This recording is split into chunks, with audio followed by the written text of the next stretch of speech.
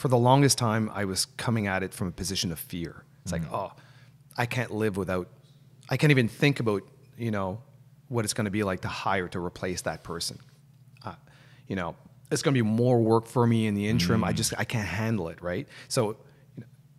But the reality is that once you free up capital, a seat, and if you have the mechanism in place, if you have the culture in place that attracts talent, once you can just get over that hump and you have that new talent in the right seat, they're going to blow your mind, right? And then you're going to kick yourself in the ass for not having done it sooner. And that's kind of what I realized, because there's definitely some positions that we waited like years and years and years too long before acting. We knew way back in the day. We knew 5 years before that it was the wrong person, but we just said, we got to just keep afloat, keep this thing going. But once you kind of like have realized that, just pull the Band-Aid, and we're going to survive through this, and we're going to be better off for it. Ignition sequence start. 3, 2, 1.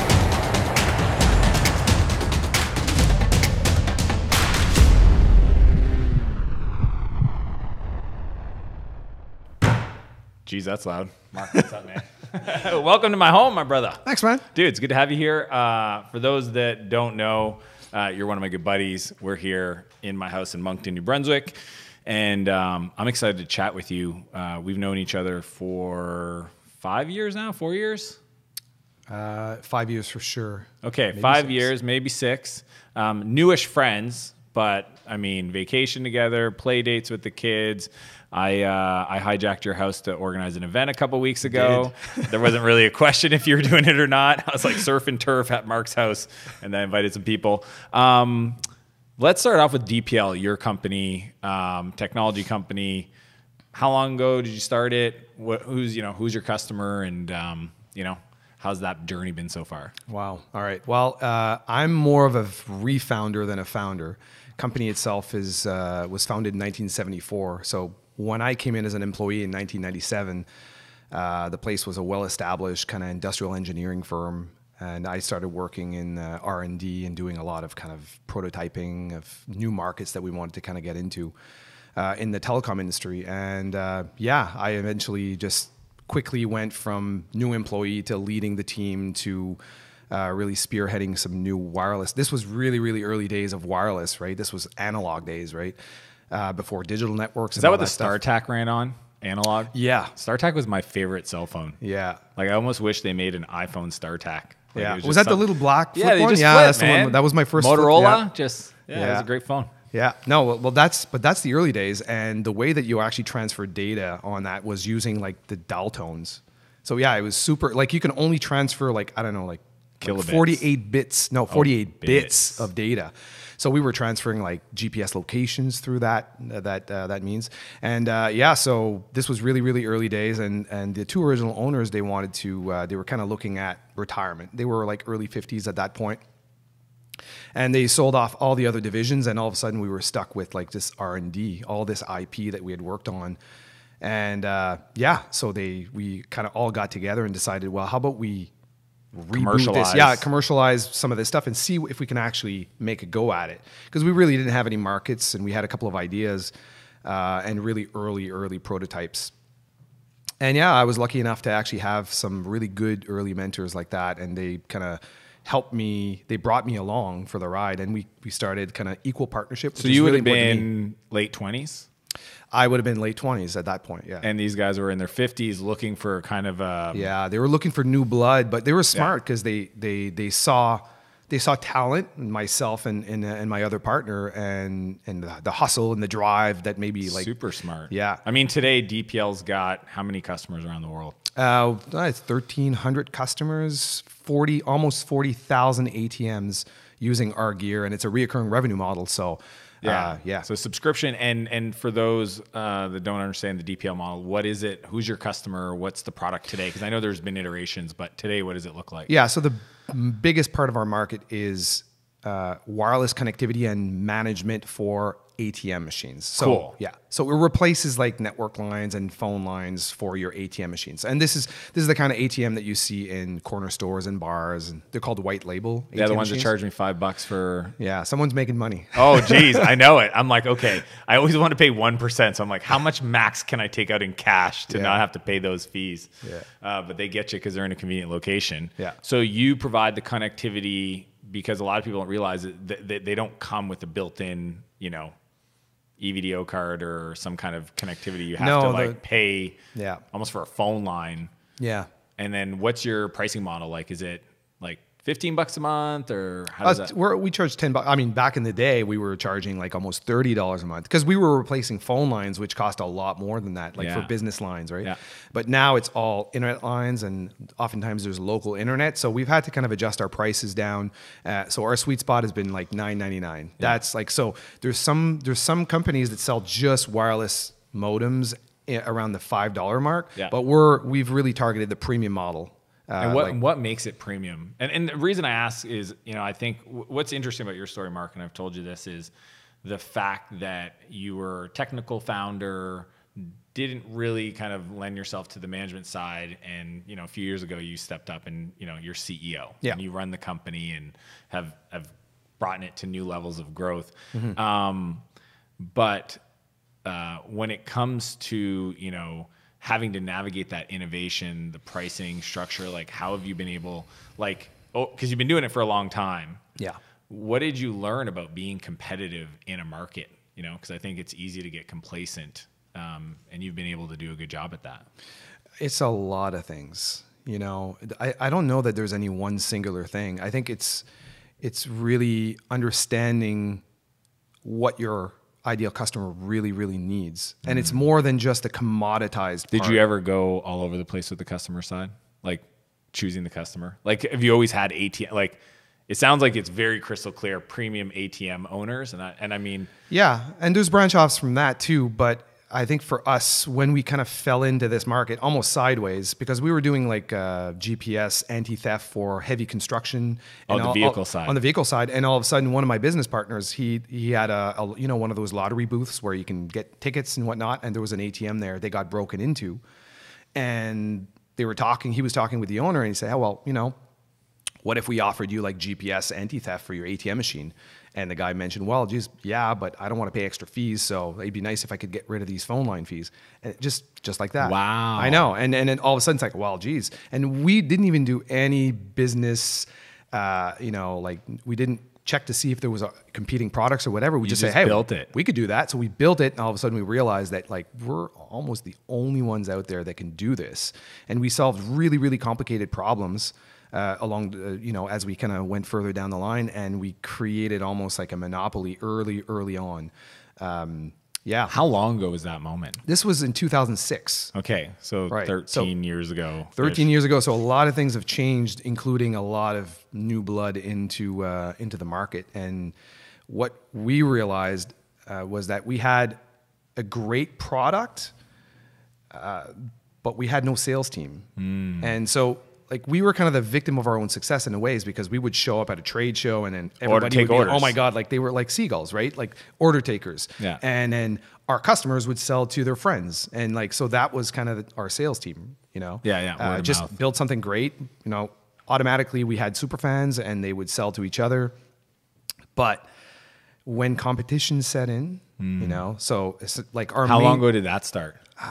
probably a couple of years after that, so around 20. So you had like 2 or 3 years of like, Oh, yeah. oh my gosh, here's a bit of a gold rush. Yeah. Try to keep the lightning in the bottle. Yeah. And because you built a really incredible product to a problem that was in the market that didn't exist, right? Mm-hmm. So it's interesting because, like you were in it, you know Yeah. what I mean? For so many years, from, R&D to the vehicle stuff. So it was like, there was a lot of, looking back, the whole connecting the dots, to me, it's like, oh, it's obvious in hindsight. But then there was this moment where you're like, okay, let's do it. Some people don't pull the trigger, don't decide to go down that path. You guys did. And then how long do you think, because the market's also probably growing, right? The ATM market. How long were you working in that market before like you felt the competition and all of a sudden you started maybe losing against deals, or you felt like other people Yeah, are. it was really. If you look at the chart, and I think I've probably shared this online before, but we had hockey stick growth for say 2006 to 2012. 2012 flatlined. We flatlined. You We hit the literally wall. see the yeah, chart just boom. boom. Yeah, complete flatline, and we stayed flatline for 5 years. Whoa. 4 or 5 years until like the last 2 years.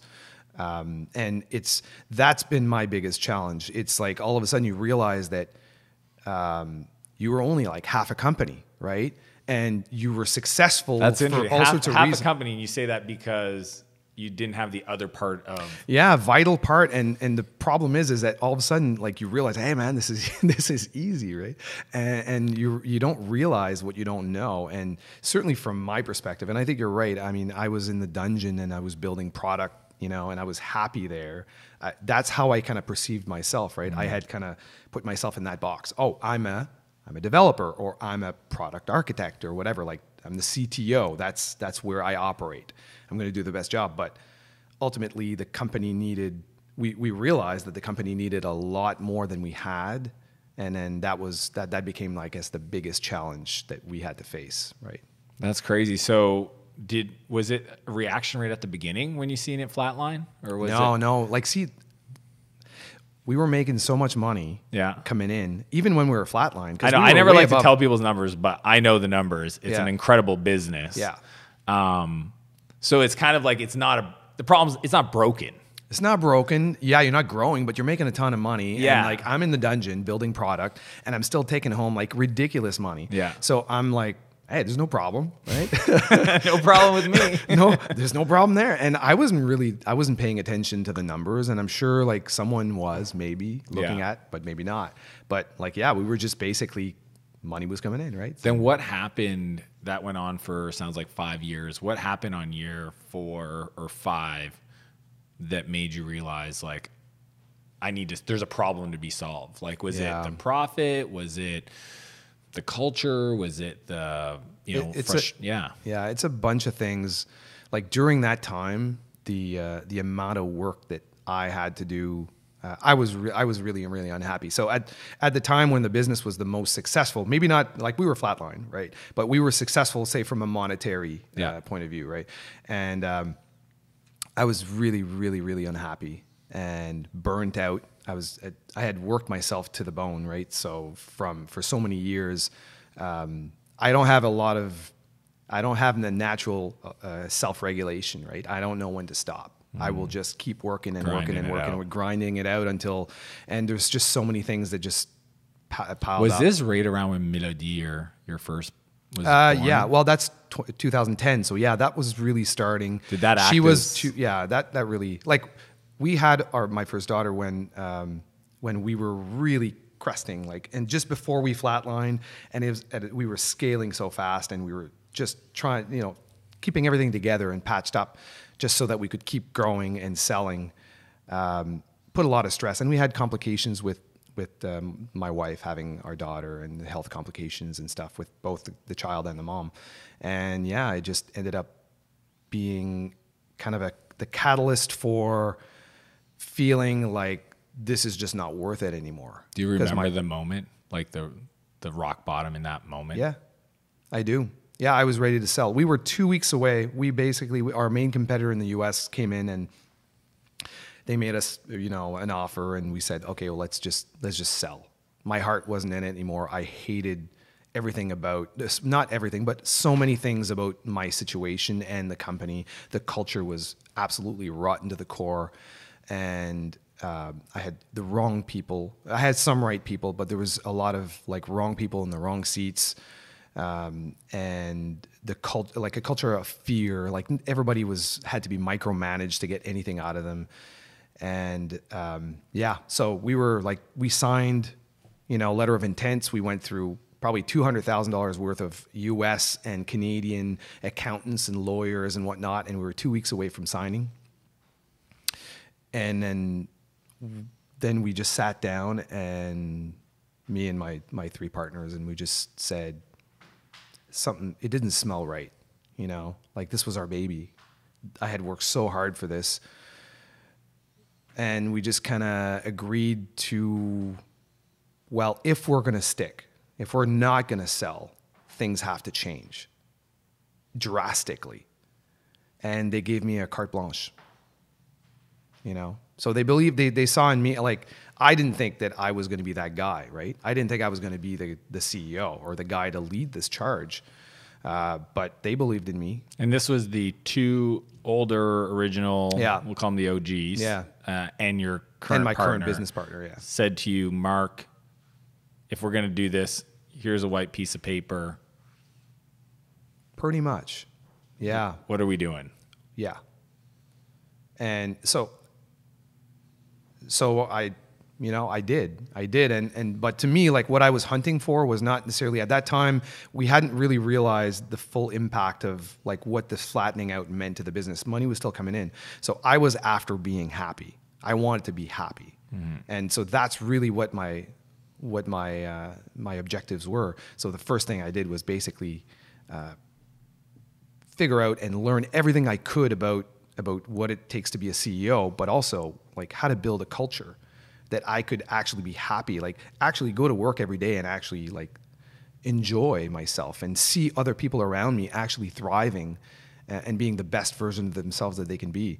And so that was a big challenge. How did you fix the culture side? Because I mean, it's one thing to recognize that you've got the wrong people on the bus, but then there's also work that needs to get done. Yeah. You know, there's people that probably have been with you for a while that had a lot of deep domain expertise that might not be easy to hire. Like, there's all these challenges when you're like, one person on your team has to go, let alone. Yeah. Like, how many people did you end up having to transition? Yeah. And it is transition because some were let go, but a lot also left on their own accord because, you know, once you start building something that's for a very specific target employee, right? A part of the team, you're trying to design an ecosystem for a different team. People are naturally going to be either attracted to it or they're going to be pushed away by it, right? So, oh, geez. Polarizing. No. It's very polarizing, but that's a good thing because then it's more black and white, right? Then you really, you know who you're attracting and it's engineered that way. So, yeah, I mean, look, I'm not the most deliberate guy out there. So I think that the idea was that I was going to do this first and foremost for me. What do I want to see? And it's like building a family, right? So you're building a home, you're building a family, you're making choices so that everybody can kind of like be safe, a place that they can do their best work, a place that they actually want to go. And ultimately, if it works for me, then I hope that it's the right decision enough that it's going to work for others as well, right? And how many people as a percentage were impacted transition-wise? At least half. So if you look back on who's here now and who was here 5 years ago, at least half the people are gone. Wow. Yeah, and that's we're 25 now. Yeah. So that's a big amount of money and a lot of transition, and it's scary for those that stayed. You know, you're seeing a lot of people like kind of go like that, right? It's you know, I know from my perspective, it's like it's exciting because every time one of those things moves, right, it brings me closer to my angle, the vision, right? But for someone who's sitting next to someone who's been there for 7 years, who you would never think would be one of the ones to go, and all of a sudden to see that they're gone. What have you learned about that transition, like in regards to the beliefs you had prior to going into it versus how it's ended up today?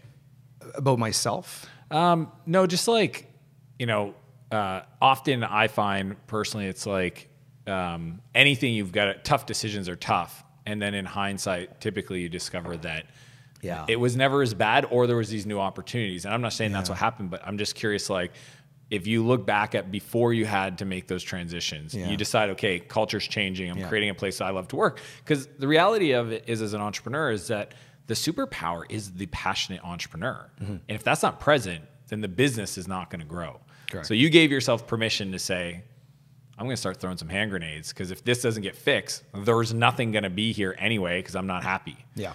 So it's kind of liberating and also scary. So like, what did you believe prior to making those changes versus what was the reality afterwards? And maybe it was exactly what you thought, or? No, it wasn't. I mean, look, I was coming for the longest time, I was coming at it from a position of fear. It's like, oh, I can't even think about, what it's going to be like to hire to replace that person.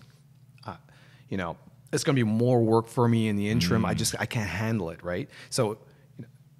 But the reality is that once you free up capital, a seat, and if you have the mechanism in place, if you have the culture in place that attracts talent, once you can just get over that hump and you have that new talent in the right seat, they're going to blow your mind, right? And then you're going to kick yourself in the ass for not having done it sooner. And that's kind of what I realized, because there's definitely some positions that we waited like years and years and years too long before acting. We knew way back in the day. We knew 5 years before that it was the wrong person, but we just said, we got to just keep afloat, keep this thing going. Right. So we just had a lot of Klingons. Yeah. Right. That just were I've never heard that term, but I love it.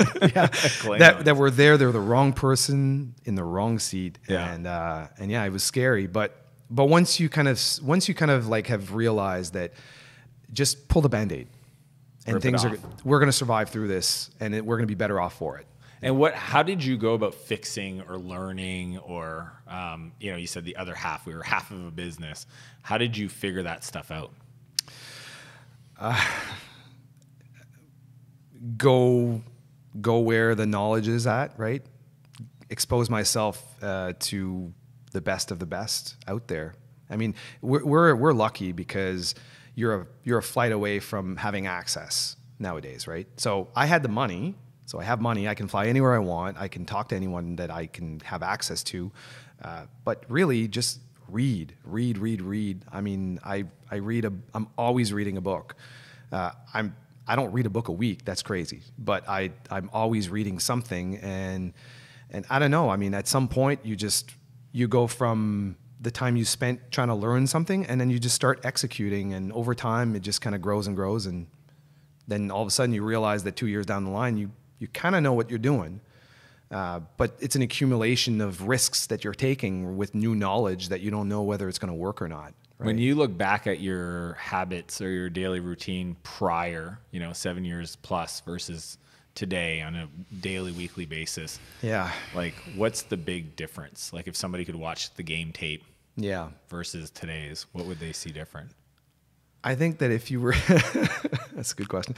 I think if you were to look at who I was back then, you would say that I'm like a wild animal in a cage, right? Or not in a cage in a lot of ways. I'm just mindlessly, non-deliberately just doing whatever it takes. It's like putting out fires, right? I was an expert at just like always fire putting, right? But that's not the skill set that you need to really grow and thrive and build a business. You have to be deliberate. And I think there's a lot more of like that organization in my process nowadays. Right? How does that look? Like what's some of those habits on a weekly, daily, monthly? Self-care, right? Like if I don't watch myself, I would work myself to death. Okay. And what do you consider self-care? Self-care as in knowing when to shut off, knowing when to stop.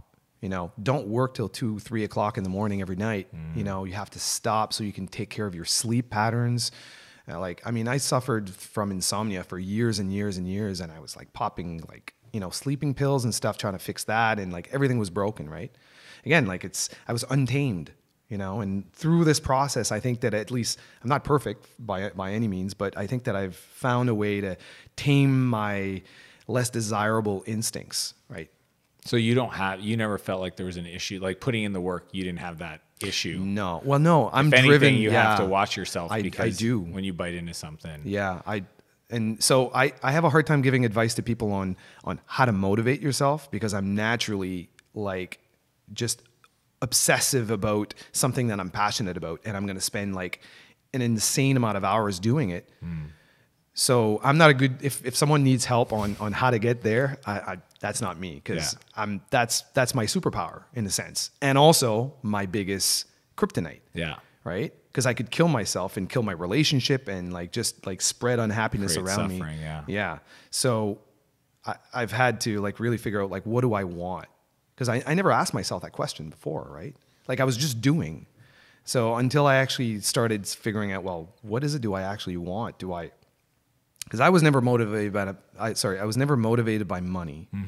I was just motivated by creating the creative part of kind of what I do, and then I would just obsess about it and just put in the hours, whatever, right? So there's people out there that they know everything about everything, right? So a developer, you're a software developer. Yeah. There's developers out there that know every design pattern there is. They know the syntax. They've read every manual on it, and then that's how they operate. Not me. I'm not a perfectionist when it comes to my own knowledge base, but I'm obsessed about what it takes to create something and put it out into the real world and not touching it for 10 years. Right. So to me, that's kind of the bar, right? If you're going to build a physical product and put it out there, you can't build a business unless it's at such a high level, like quality wise and everything else, that it's going to stand the test of time. There's no software updates easily in your world. Well, no, like I it's mean, physical hardware in a machine. Yeah. It's gotta stand the test of time. Yeah. It's gonna be well tested. Yeah. You said that you ask yourself, what did you want? What was the answer to that question? Well, I wanted to be happy. So hunting on, like, what does that mean for me? Well, when it came to my work, well, I wanted to have balance, first of all, so that I could actually maintain a family, right? So that was really important, so that I could spend time with my kids and my wife, and have that as my anchor. But on the business side, I think that I needed to provide, I think, for others what I didn't get, right? Like, you know, this sense of overwhelming weight on your shoulders that you have from kind of living in chaos, right? I wanted to see if I could actually create something completely different, and I guess take care of my employees, you know, and give them that. And I think that we're pretty much there in terms of kind of the balance between environment, a good culture, and also optimize for being able to do the best work. Because we're still a business at the end of the day, right? Yeah. Like, so I need output from my employees. It's not just a country club, right? So yeah, I mean, they're happy, I'm happy. And the business has turned around. The business has turned around. Yeah, we've developed this whole Did you just have a sales record team. month last month or something like that? Or We've in the last 1, 2, 3, like 4. I think since Christmas we've had 3 record months, and we keep busting. So August, it's kind of a funny thing. August has always been our worst month traditionally. It's always been this weird thing, right? People are on vacation. Yeah, people are on vacation, They don't whatever. make Like decisions. there's almost no sales in August every year, Yeah. and this year it's going to be a regular month. Like, yeah. So it's awesome. we're gonna 3 times. So what did you our average change in the sales. business to make that happen? Like, what was the other half, and how did you fix that? The sales part? Whatever the other, you said you had half a business. What Yeah, was half the a other? business. Yeah, so like engineering, and I think that there's a lot of companies like that in this area. Totally. Look, you know, there's great engineering companies around here, but how do you actually sell on the global market, right? And I think that a lot of companies, we were very much like a lot of other companies in that, you know, we really didn't have it, and there's not a lot of culture of sales around here for this sort of company. But yeah, we just look. I got a lot of really smart people around me. I have a really good leadership team, and you know, Like tactically, what did you do? Like, did you hire some people? Did you start doing marketing? Did you go to, like, what? Somebody's listening to this and they're like, "Okay, I'm in your boat, Mark. Okay, all right. Please give me a checklist because I need to fix all of this." it. Okay. So we basically built a customer journey. Figuring out who is going to be our ideal customer, right? Okay. So we really didn't know, right? We were just selling. When you're taking orders, you're not really looking to see and questioning who's got a taking pulse, orders, you right? got to check. Yeah. Let's you know, do it. Yeah. So really figuring out what does our ideal customer is. We didn't really even know what our core value proposition was, right? We didn't understand our product's value to the customer. So once we figured out that through a series of whether it was, you know, analyzing the data we had, looking to see who cared the most about our product. And then when we started hiring, we first started hiring one sales guy. And then we spent the next year experimenting. Okay, if we try selling this way, right? If we do this pitch, what's going to work? Like what actually works? Because you're competing against a whole bunch of other companies who are kind of trying their own tactics, right? And they're doing their own thing, but we didn't know what's going to work for us because we're a premium product. We're not just selling, because if we were selling like the lowest price product, well, that's easy, right? Just find that price. Yeah. Lower your price. But we didn't want to do that. Yeah. So we experimented on price, but to a point. Yeah. Right. So finding the ideal price where we're going to be able to convert as many people. You're fighting off competition, so you have to be aware of that. Articulating the values that are actually useful. So when you talk about the features and the benefits that you have, when you actually mention those, that it converts. So which ones actually convert? Because, like you could say, okay, so one of the features of our product is that you can remotely hard reset an ATM machine. Mm-hmm. Some people care about that, some don't, right? Some people were using it. We weren't even marketing to these features, right? So we're coming at it, so, well, we have this product, we have this add-on feature. Who cares about this? If we're gonna actually sell using that feature, do people actually care? Yeah. We can think that it's pretty cool, but unless you can actually phrase it and formulate some sort of a marketing and sales strategy based on that and prove that there's actually a valid and valuable reason for a customer to care, it's just us, a bunch of geeks in the behind the scenes that think that it's going to work. So how did you get the leads for that sales guy to test those? Well, first inbound, right? Like we have 1,200 customers that are always buying from us, right? And so existing customers, right? So existing customers that don't use those features, you can try to upsell, right, and see how that converts. Yeah. A lot of people just didn't know about it. So for us, all of a sudden, so he just called on existing customers, did a needs assessment, and then say, "Hey, we've got these things. Do you?" And they were just add-ons. So expansion revenue. So exactly. So expansion revenue, but then you're figuring out, well, because communications for a modem is the commodity part. Yeah. Right. You can go off and buy a whole bunch of off-the-shelf kind of gear, and the competition, that's kind of where they live. Yeah. But if you're trying to just sell on commodity, the only thing you can really talk about is the price and the quality. But you never want to like fight that fight, right? Yeah. Oh yeah, our product is higher quality. Yeah. Get it. Yeah. That doesn't work. No. Right. But now if there's kind of this belief in the industry that you have a higher quality product, you can leverage that fact.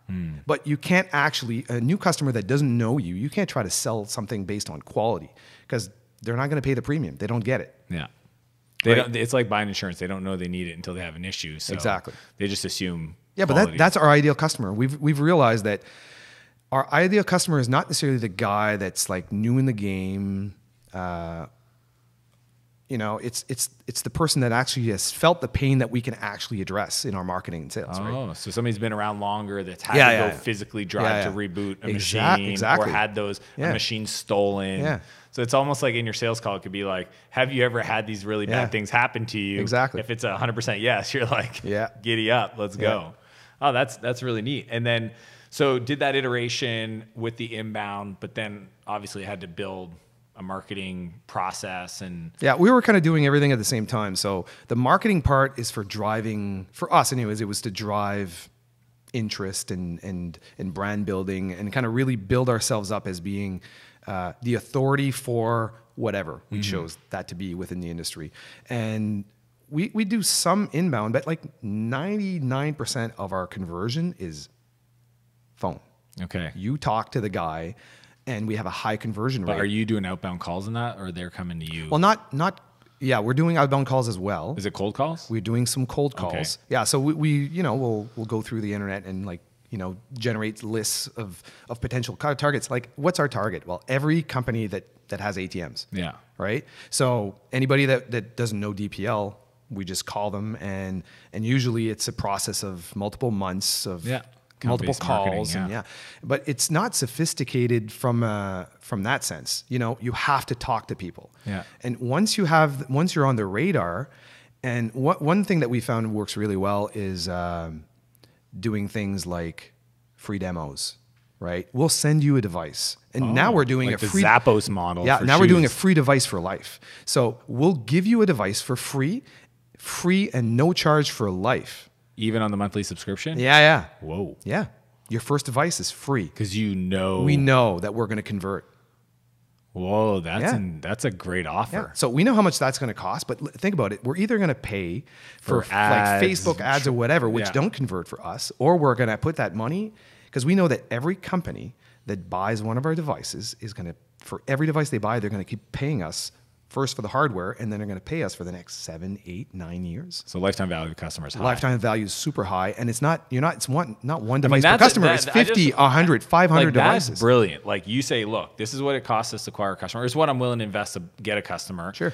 You kind of know, like, I mean, how many customers in the market in the world that have ATM at that, like your target segment? It's like 20,000 probably. Well, probably not that much. Okay, so not even. So it's like, you know that if I just, and what a great conversation. It's like, hey, we believe so much in our product. We're just going to send you one for free, no service, no strings attached. Yeah.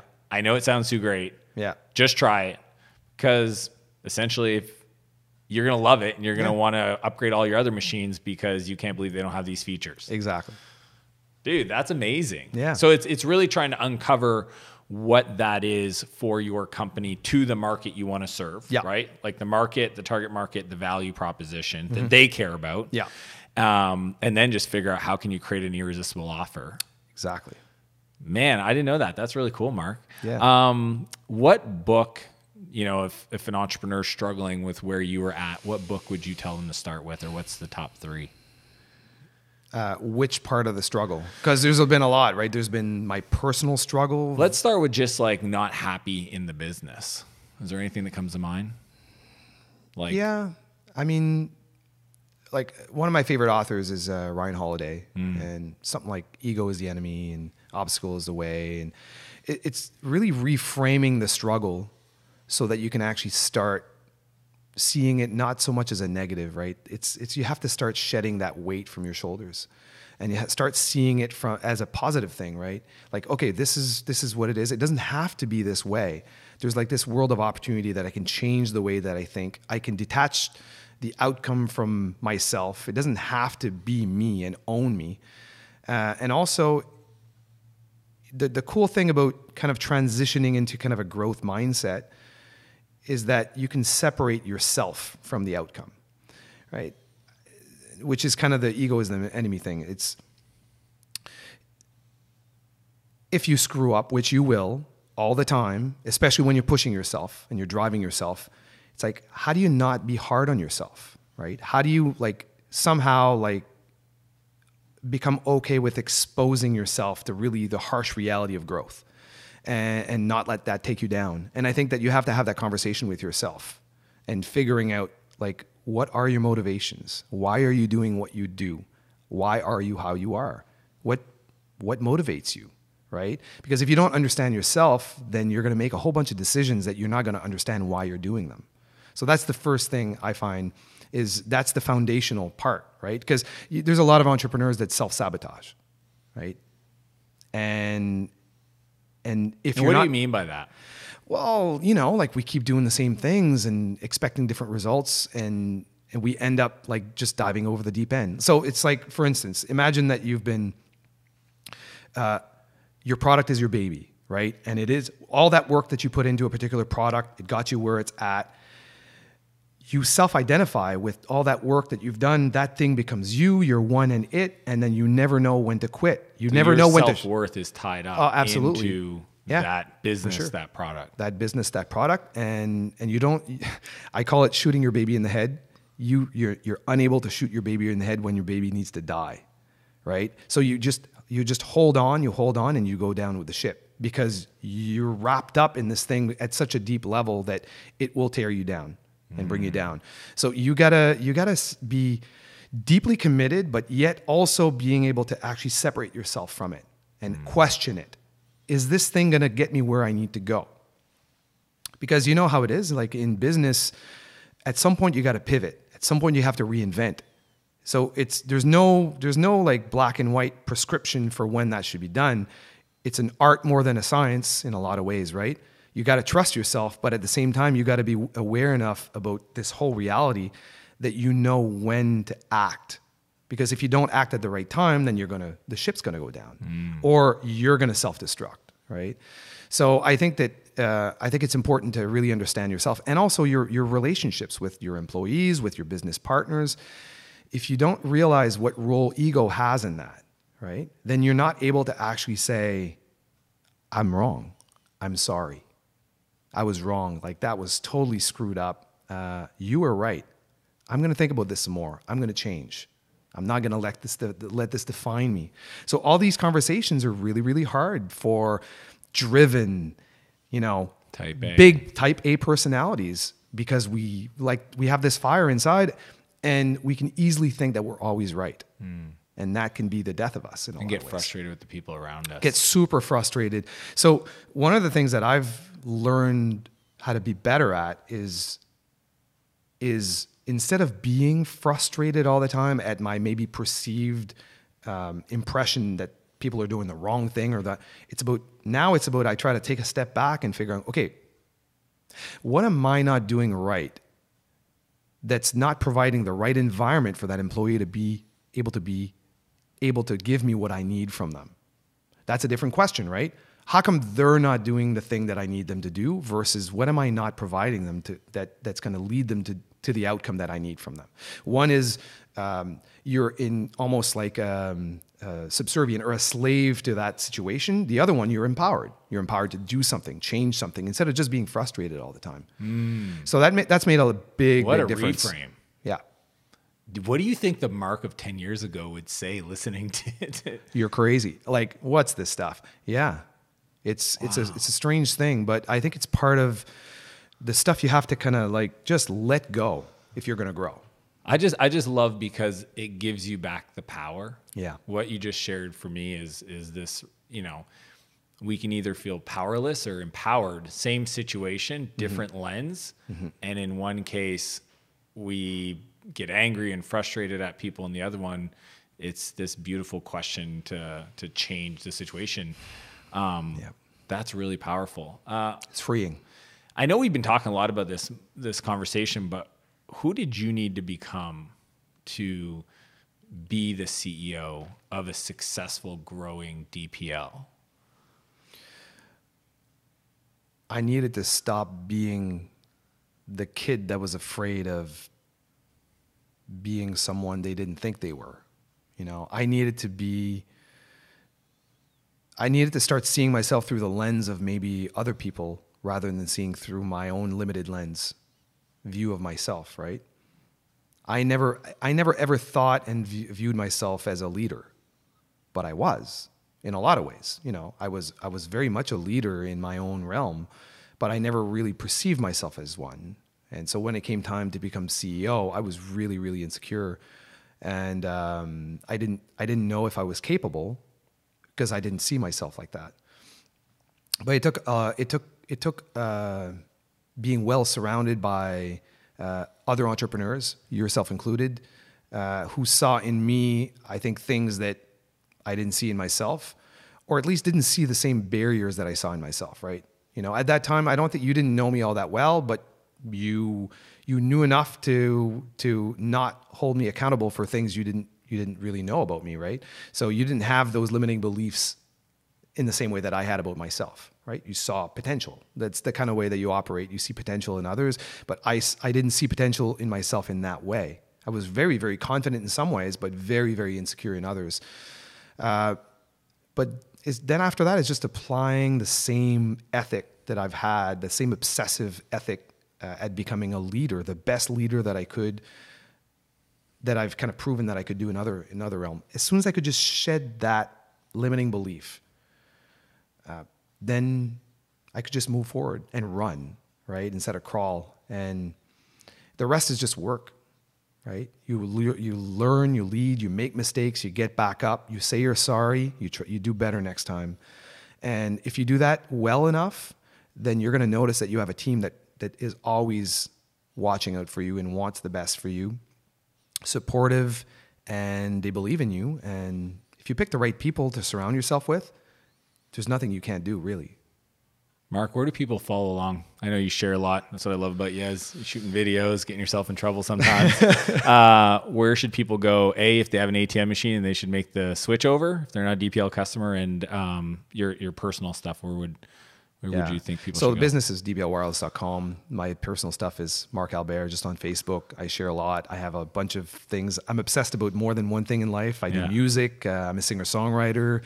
I love sharing with people. And I know you've got a big heart and you like to mentor others and give advice. So if anybody's interested, follow Marc. Dude, Good stuff. appreciate you, man. Thanks, man. Thanks You for too. coming on. Thanks. Thanks for watching this episode of Escape Velocity. Be sure to like and subscribe and leave a comment with your biggest insight from our conversation. Be sure to check out the next episode.